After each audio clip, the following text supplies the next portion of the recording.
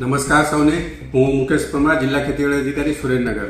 આપણે ખેતીવાડી સુરેન્દ્રનગર જિલ્લામાં વાત કરીએ તો આખા વર્ષ દરમિયાન લગભગ 8 લાખ હેક્ટર જેટલો વાવેતર વિસ્તાર થાય છે.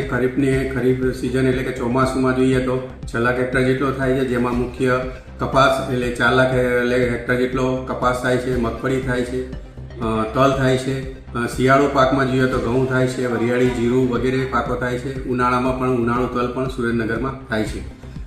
સુરેન્દ્રનગર જિલ્લામાં વિવિધ યોજનાઓ ખેતીવાડીમાં ચાલતી હોય છે, જેમાં કેન્દ્ર પુરસ્કૃત યોજનાઓ છે, જેવી કે PM કિસાન સન્માન નિધિ, NFSM એટલે national food security mission, oil સીડને લગતી યોજનાઓ, પછી RKY યોજનાઓ અને સ્ટેટ ગવર્મેન્ટ એટલે કે રાજ્ય પુરસ્કૃત યોજનાઓ જોઈએ તો જેમાં AGR 2, AGR 3, AGR 4, ટ્રેક્ટર, તારની વાડ, કિસાન પરિવહન વગેરે યોજનાઓનું ઇમ્પ્લિમેન્ટેશન આઈ ખેડૂત પોર્ટલ મારફતે થાય છે.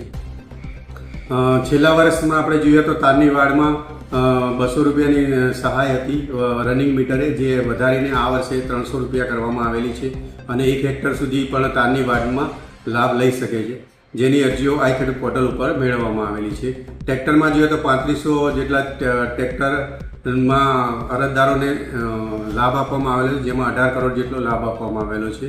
કિસાન પરિવહન યોજનામાં પણ લાભ આપવાનો છે. પછી ગોડાઉન યોજના પણ અહીંયા ચાલે છે. એમ વિવિધ પ્રકારની યોજનાઓ સુરેન્દ્રનગર જિલ્લામાં ખેતીવાડી વિભાગ દ્વારા થતી હોય છે, જેને જોઈએ તો દરેક યોજના માટે આઈ ખેડૂત પોર્ટલ જ્યારે જે સમય મર્યાદામાં ખુલે છે એ સમય મર્યાદામાં ખેડૂતો અરજીઓ કરે છે અને અરજીઓ કર્યા બાદ ડ્રો કરી અને એનું જે પ્રાયોરિટી લિસ્ટ નક્કી થાય છે એ પ્રમાણે વિવિધ લાભો આપવામાં આવે છે.